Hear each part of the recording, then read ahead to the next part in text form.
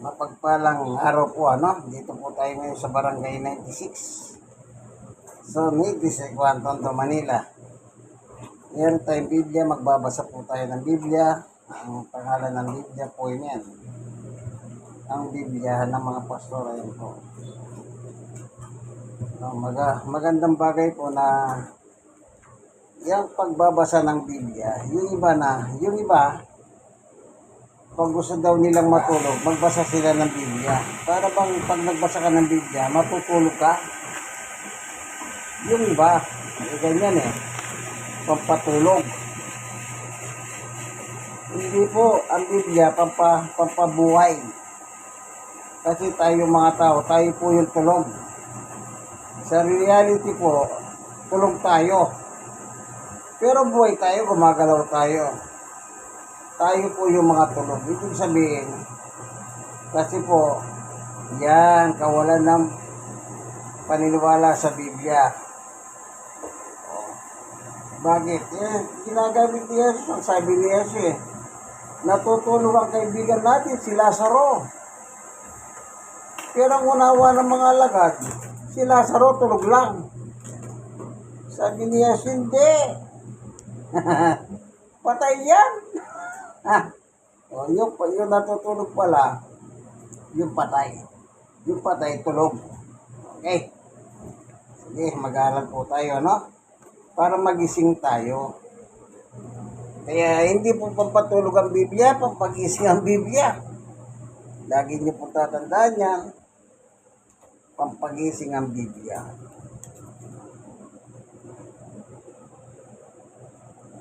Merong nakalagay dito sa kasulatan. Titignan po natin ano.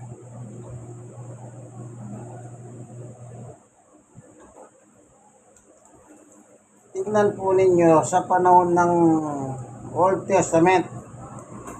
Dito sa ikalawang Kronika, chapter 13, verse 10. Pero bago tayo papalahot doon, tayo muna ay panandalian lalapit sa Diyos.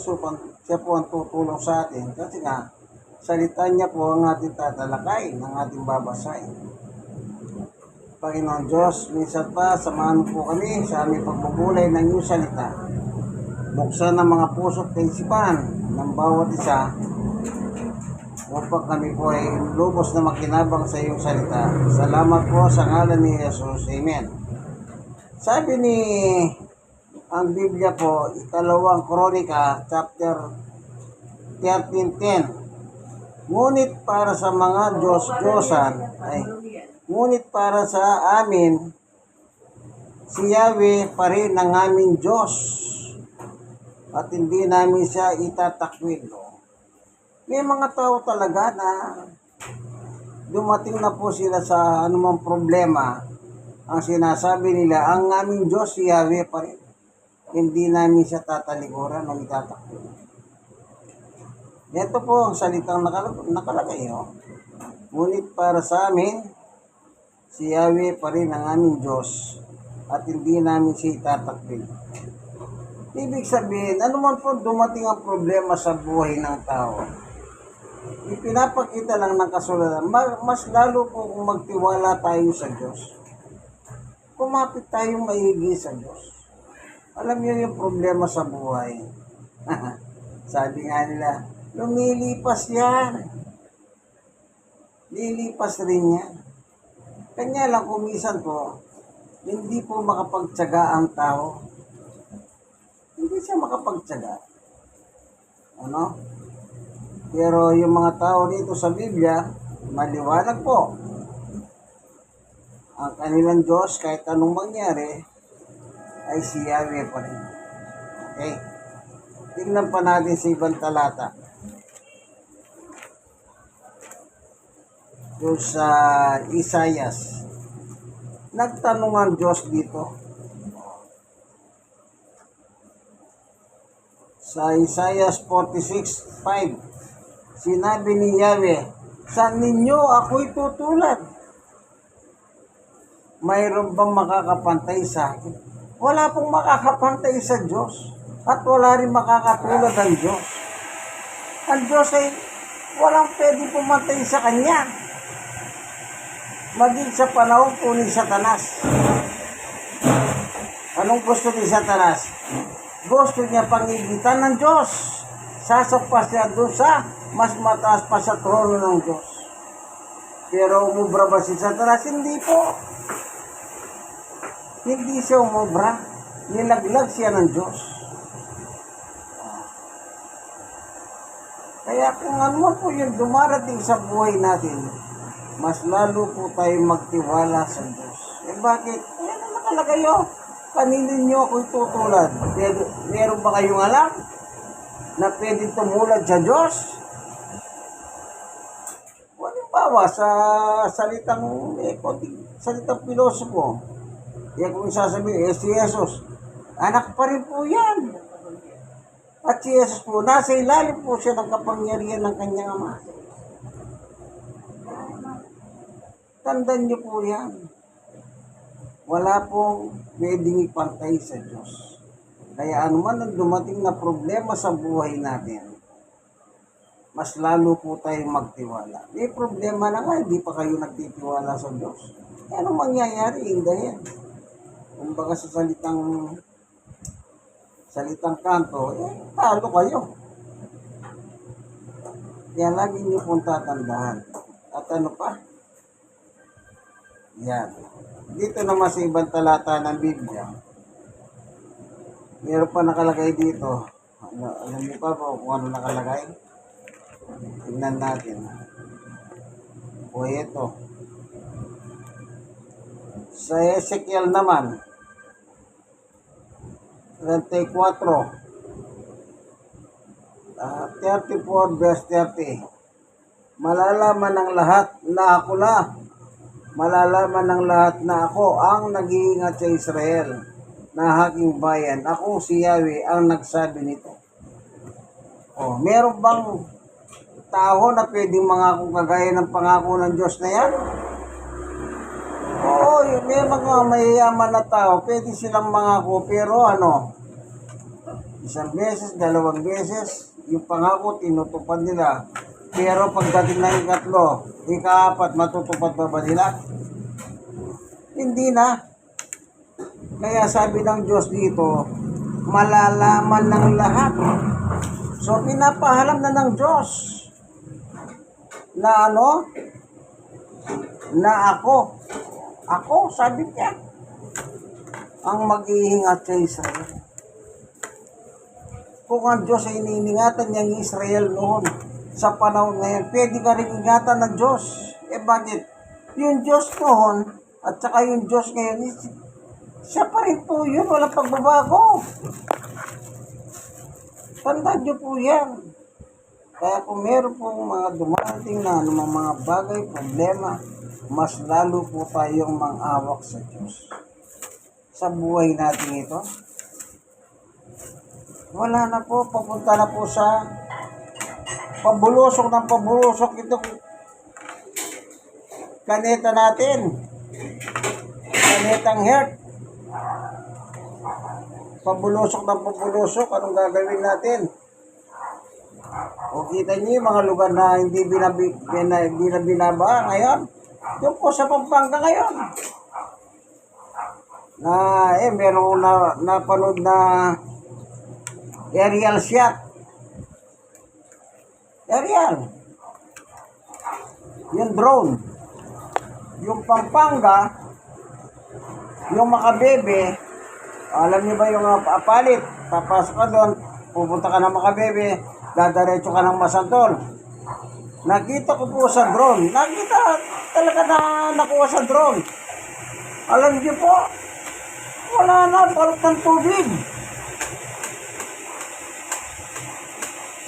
At sabi nga ng iba, naglumot na yung kalsada.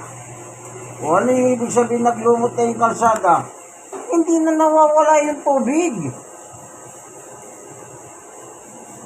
Ngayon mayroong mga suggestion, kailangan daw pumping. Yung pumping is yung lumiikot ng tubig. Ang tanong ko, saan itatapon yung tubig? Sige, maglagay ka nga ng pumping station na malaki dyan. Saan itatapon ng tubig? Pwede ba kulungin yung lugar na yon? Pwede. Ang tanong, paano naman yung loob pag sila na? Alam niyo po, wala na. Kasi po, ang sinasabi nila, yung lugar ng mga Pampanga, talagang mababa na po. Noon, nag-aaral ako doon, noong 1970s. Oh, pag nagbaha, sandali nawawala. Pero ngayon, hindi na eh. Pag nagbaha, tuloy-tuloy ang baha. Walang ulan, baha. Lalo na pag humulan. Oh. Kawawa po. Simenteryo, lubog. Paano kung meron namatay? Siya po, ililibing yung patay. Wala na eh.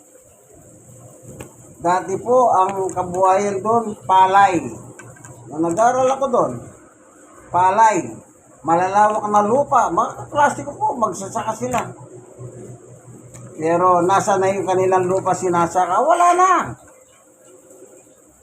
Lubog na sa tubig. Itong mundo natin, pabulusok na po ito. Wala na. Kaya, pag ganyan na po, mas lalo tayong mang-awak sa Diyos. Ayan natin ang Diyos at tumulong sa atin. Ang mahirap po kasi, ang tao, hindi ko naman sinasabing huwag kayong mag-isip.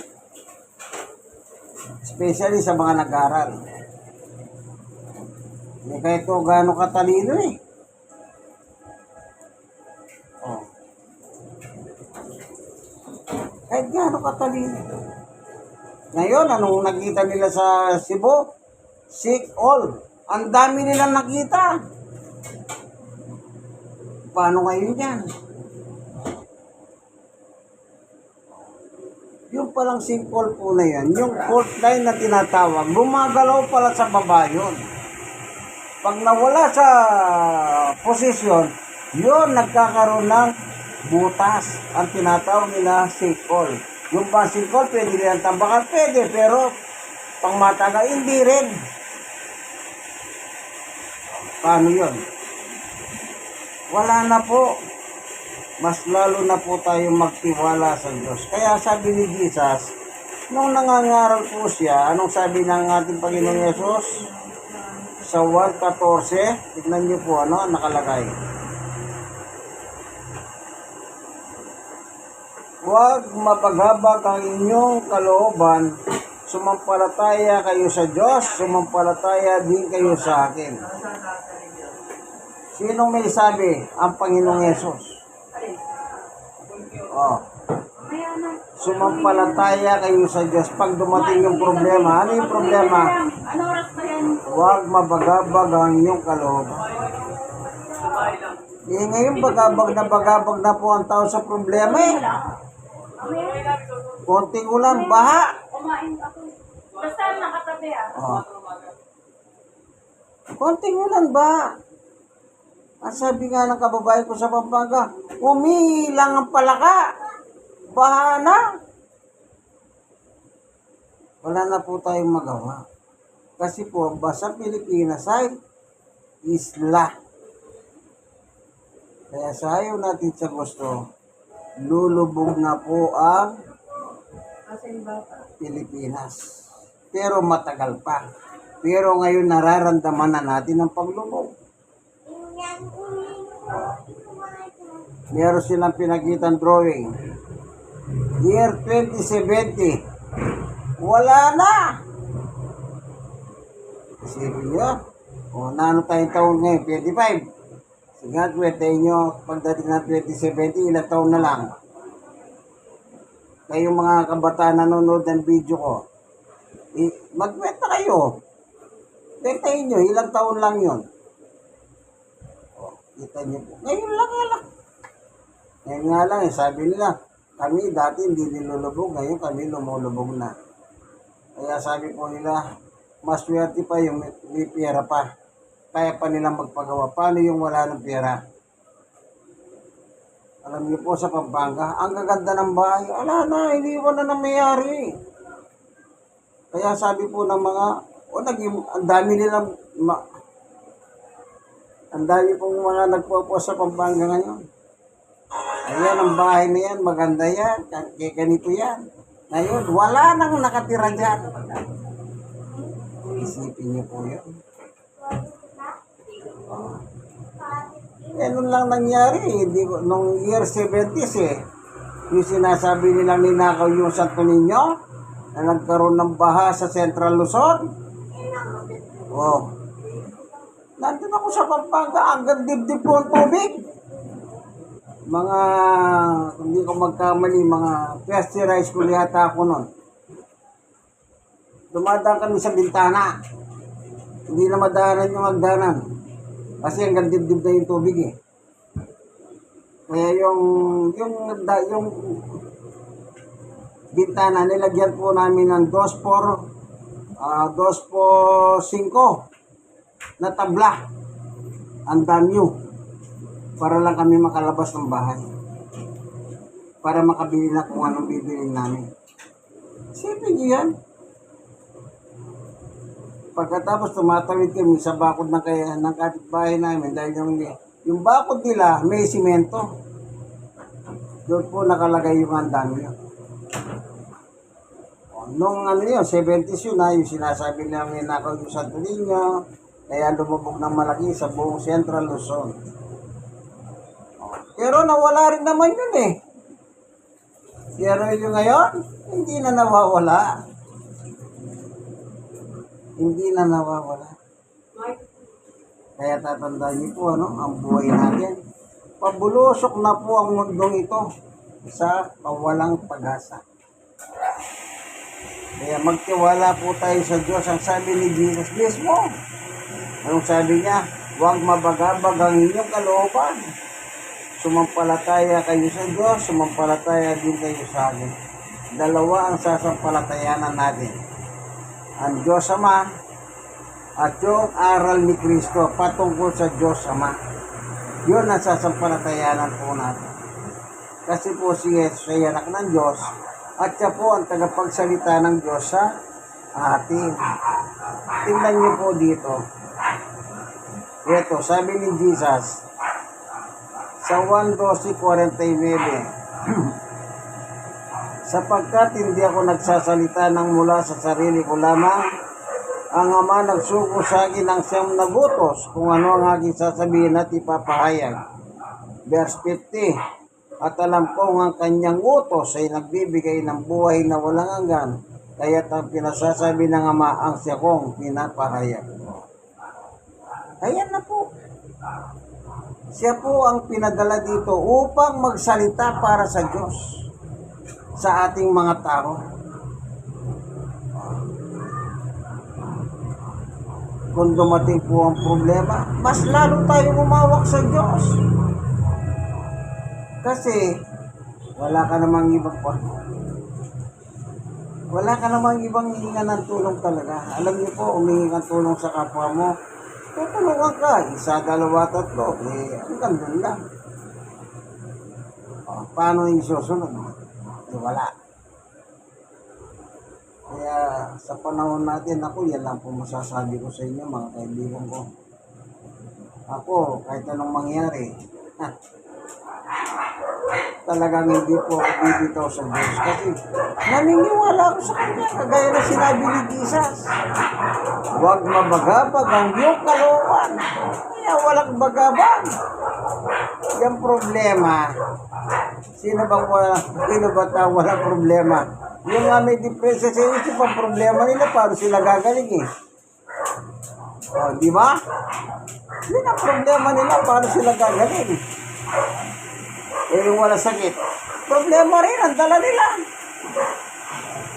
Nasubukan nyo na ba na nagpunta kayo sa mga taong may, alam nyo may pera sila, pero nagpunta kayo doon, nangumusta lang kayo, hindi pa kayo umihiram ng pera.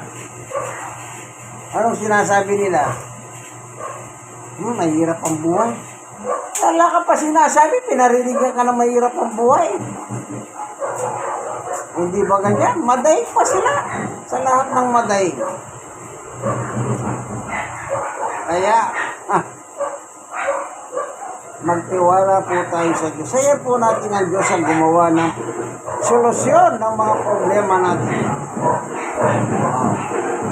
May problema bang malaki na hindi kaya ng Diyos? Mas malaki ang Diyos sa problema natin. Kaya tandaan niyo po ito. Isa lang ang inyong susundin. Ito sinabi ni Jesus. Huwag mabaga-baga ang inyong kalooban. Magtiwala kayo sa Diyos. At magtiwala din kayo sa akin. Amen? God is good. All the time. Salamat po, Panginoon Diyos, na pinapakita mo sa amin, anuman ang dumating na problema, huwag kaming bibitaw ng pananampalataya sa iyo. Sapagkat ikaw lang po ang makakatulong sa amin in time of crisis. Christ is in. Kaya pinadala mo ang iyong anak. Para kung dumating man po yung crisis sa buhay namin, mayroong Kristo na handang tumulong sa amin. Salamat po, Panginoon Diyos. Nawa, pagpalain mo po ang mga nanonood, nakikinig ng video ito. Sapagkat ang iyong salita ay ang katotohanan. Salamat po sa inyo po mga nanonood ng video. Like and share. Thank you for watching.